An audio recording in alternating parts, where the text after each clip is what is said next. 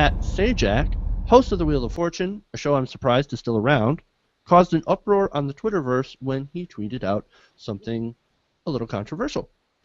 He tweeted out, quote, "I now believe global warming alarmists are unpatriotic racists knowingly misleading for their own ends. Good night." Now, of course, Sajak was immediately bombarded on Twitter with some excellent replies. Quote, "On the one hand, 97% of scientists. On the other hand, a guy that got his job because Chuck Woolery came across as too intellectual." And that was tweeted, of course, by Mr. Jolly. Pat Thornton tweets, "Say what you will about Pat Sajak, but that guy works 35 days a year. His logic is sound." Tim Murphy tweets, "Do you suspect vowel play?" I enjoy that one. There was a suggestion for the Wheel of Fortune puzzle, and that has a picture associated with it. Let me show you that. Hold on. There you go. If you guys can see that, I found that rather enjoyable. That's awesome. Yep, I like that. Now, in response, of course, to this criticism, Sajak was like, "Oh no, hold on, guys, I was joking." Quote, "As most of you know, original tweet was intended to parody the name-calling directed at climate skeptics. Hyperbole. Quote, sometimes it's fun to poke a stick in a hornet's nest just to hear the buzzing. Because, you know, the future of our species makes great parody."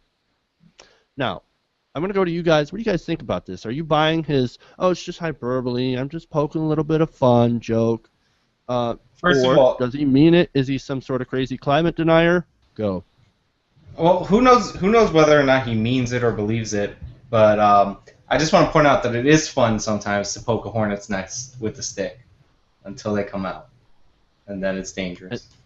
And then you get stung, and that's exactly what happened. Yeah, but obviously it was a dumb tweet. It's Twitter, and I didn't think that the guy who hosted Wheel of Fortune was exactly a genius, so I'm not really surprised. That's a good point. If you go back through a lot of his tweets, he's a heavily right-leaning guy politically, and he does tend to make these sort of esoteric, like slightly humorous, one could interpret comments about certain goings-on. But for this specific tweet, he was trying to make a point about kind of people are calling climate skeptics certain names, but throwing in the whole racist thing, it just... He's not a comedian. He's not, and I mean, I haven't seen him on TV personally. We got rid of Wheel of Fortune here in the UK about a decade ago. Christ knows why you guys are still putting it on TV. But anyway, well, I'll get into that.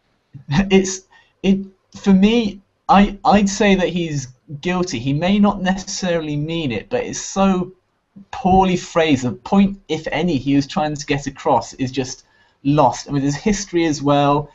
He's probably backtracking a bit. He may not fully believe it, but if he may not believe that climate deniers are racist or whatever he said, but I'd put at least a small amount of money in that he doesn't think that climate change is at least caused by mankind. Yeah, no, I'm going to date myself here. There's no, like, if we do a TYT Nation Supreme Court, all of you who vote not guilty are wrong here. Pat Sajak is the opposite of Glenn Beck. So Glenn Beck is an actor who masquerades as a pundit. Pat Sajak is a game show host who is a right-wing nut job who masquerades as a host. TYT covered this years back. Pat Sajak, I can't remember if he tweeted it or if it was before Twitter was real huge. But okay, so so Keith Olbermann now is back in sports. Before he was in sports this time, he was in politics, and before that, he was in sports. Well, Pat Sajak used to have his own talk show, and it was god-awful, and it didn't last long. The man's a wonderful game show host, but he's a horrible talk show host. And to Steven's point, the reason Wheel of Fortune is still in the air in America is because it prints money. It is a money-making endeavor. Full disclosure, my father-in-law won several $1,000s on Wheel of Fortune, so maybe I'm tainted by Wheel of Fortune money. I think you're right, actually. If you look at some of the Nielsen ratings and stuff, I think they're it's a really, really popular show here in America. So yeah, and it's low production costs, and it makes money hand over fist. That's why it's still around. But anyway, now that I've disclosed my dark money tie to Wheel of Fortune, anyway, so he came out and tweeted, maybe he'd been drinking one night, which was probably what prompted this, and apologized for bringing Keith Olbermann upon the world. And of course, we come to find out what he meant by that is back during his short-lived show that no one watched and got canceled, Keith Olbermann was a guest one time. And so Pat Sajak took credit for making Keith Olbermann relevant in the world, despite the fact that he was on the show because he was already somewhat relevant, and despite the fact that no one watched Pat Sajak's show, and it was probably the lowest rated thing Keith Olbermann ever did. So this is Pat being Pat, man. This is really who he is. He's letting us see his true colors. He's the anti-Glenn Beck. I kind of want to point out one time he had actually admitted that he was drunk doing Wheel of Fortune, so hosting Wheel of Fortune. I thought that was pretty hilarious. But Lisa, let's have you chime in. Well, as you guys said, he definitely does have a history of this. He has a history of being a climate change denier, and then he also tweeted some criticism against Michelle Obama for supporting the Bring Back Our Girls hashtag. So he clearly does have a history of being a little bit of a right-wing nutjob, but I think it really brings up an interesting point, which is that when you're in the public eye for a reason that has nothing to do with policymaking, with politics, what sort of responsibilities do you have within that arena? Now, it's one thing to use your fame or to use your public voice for social good, for a lot of campaigns. Obviously we see a lot of celebrities joining on to things like the, oh gosh, I can't remember the name of it right now, but where you, the pro-LGBT rights, where you paint on your face, and all sorts of other campaigns that we see celebrities joining on to. But that has a very different vibe than just kind of spewing nonsense and, as he himself said, poking the hornet's nest. So I would like to see Wheel of Fortune hold him accountable in some way. I'm not saying that people who have a public life in one arena should have no outlet for their personal views, but when you're the face for a show and you're bringing in a lot of viewers and you have a lot of fans, I think that you do have a responsibility to those fans to at the very least be a calm, sane, rational human being, if nothing else. Right, and I want to go into an example of a couple of the things that he has tweeted in his history. He sent one that said, quote, "Help, climate changing, must send money to lots of places, a lot of money, hurry, time is short, not kidding."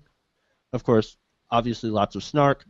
And then there's, quote, "My interest in Al Gore's pronouncements could fit into a gnat's navel and still leave room for a liberal's sense of humor." So he's definitely, going after liberals. And hey, that's fine. If you want to, make fun of liberals, go ahead and do it, Make fun of me. I don't really give a fuck, right? But what I want to get into is when you do a little digging about on Pat Sajak, you find that he, of course, gives lots of money to Republicans. Wow, didn't see that coming, right? A rich old white man runs a game show and is watched mostly by old people. And this goes back to what you were saying, Lisa, about the demographic, about the people that watch it. The average viewer of Wheel of Fortune is 65. And that's according to Nielsen ratings from 2013. All right, so do you know what that kind of reminds me of? That reminds me of the Fox News demographic. It almost directly correlates. So you've got the Fox News demo also tuning into Wheel of Fortune.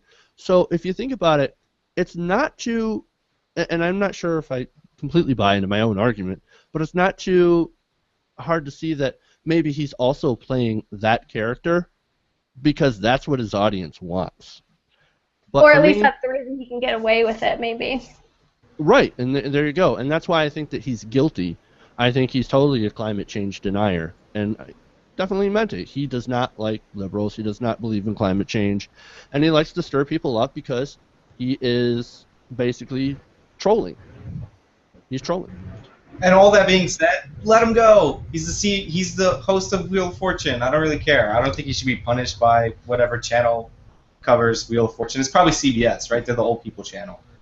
Just let him go. He's the host. It's his job to tell the girl to take letters off the board. That's it. Is that Wheel of Fortune? The letters one? Close enough, Sean. Yeah, Close I think enough. that is. Yeah, Man in White. And every once in a while we get we are so young, we are not part of that demographic that we don't even know what Wheel of Fortune the fuck is. Well, every once in a while his show brings me a clip of some idiot college kid who can't get the most obvious word, so I say let him go. It's okay. One of the all-time great South Park jokes. Yes. Yeah. I mean, it always pains me to agree with Sean, but yeah, he shouldn't suffer. Certainly, the TV station that he's on, they shouldn't directly punish him. If he happens to have young viewers, then they're not going to like any anti-intellectual, tweets and personalities on TV. So they'll stop watching the show. And as you said, maybe he has most part of his audience are kind of older white people, so it's not going to affect his audience too much. But in the long run, those people they'll live in their dark anti-intellectual corner on the fringes of society, and they'll die out. So you can just let him be.